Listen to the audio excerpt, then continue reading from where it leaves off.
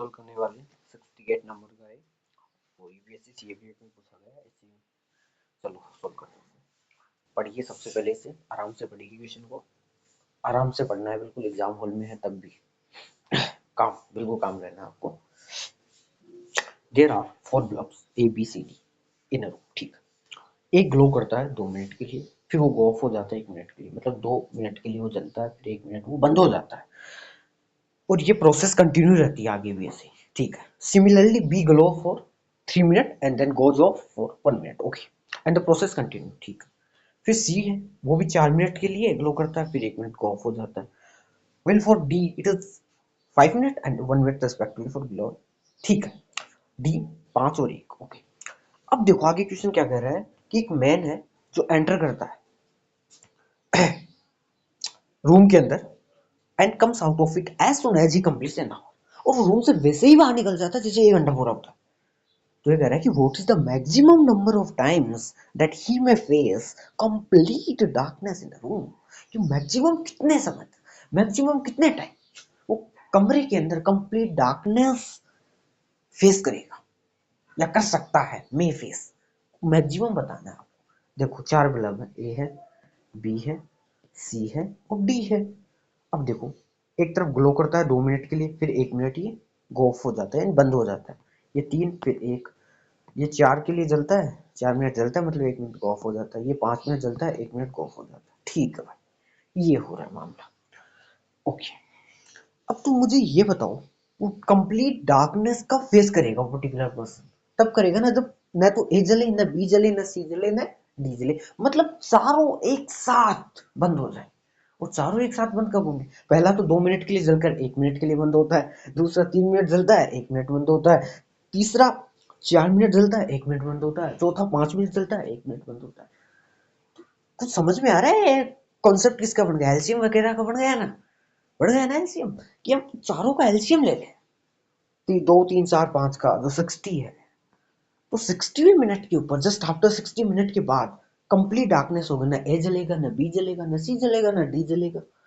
आई बात समझ में? क्योंकि 2 मिनट, हर 2 मिनट चलता है फिर 1 मिनट बंद, वो हर 3 मिनट चलता है फिर 1 मिनट बंद, वो हर 4 मिनट चलता है फिर 1 मिनट बंद, वो हर 5 मिनट चलता है फिर 1 मिनट बंद।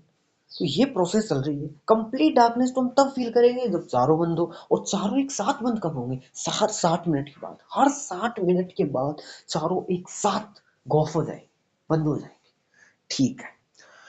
अब कहानी यही खत्म नहीं होती है, कहानी तो अब शुरू होती है कि एक आदमी है जो एंटर करता है रूम के अंदर और comes out of it as soon as he complete है ना, जैसे ही 1 घंटा पूरा हो जाता है वो बाहर आ जाता है। मतलब 8:00 पर वो प्रवेश करा तो 9:00 पर वो बाहर है। 9:00 जैसे ही होती है घड़ी में वो बाहर है, तुरंत, इमीडिएटली, एक सेकंड भी अंदर नहीं रहता। ये इस लाइन का अपने आप में बड़ी इंपॉर्टेंस है, एज सुन एज, ओके। तो what is the maximum number of times that he may face complete darkness in the room? Okay. अब तुम समझो कहानी क्या चल रही है। अब हमें तो मैक्सिमम बताना है कि कितना कर सकता है, तो मैक्सिमम अब हम अपने तरीके से कंडीशन लेंगे।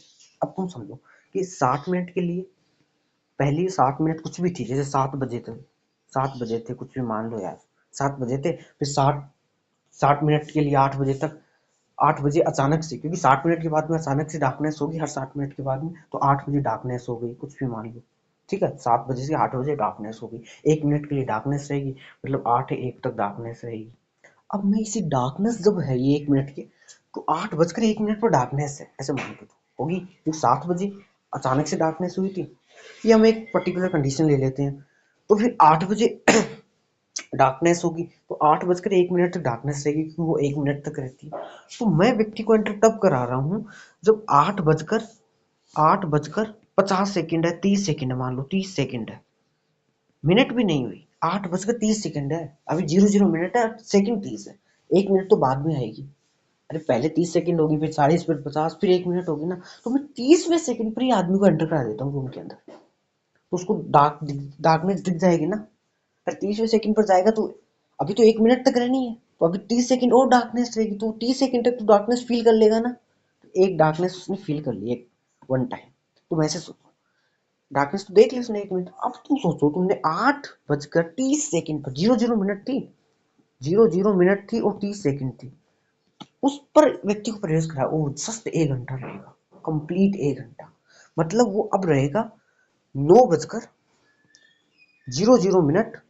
और 30 सेकंड, क्योंकि कंप्लीट 1 घंटा रहना है और फिर निकल जाना है। और तुमने कब एंट्री कराई उसे?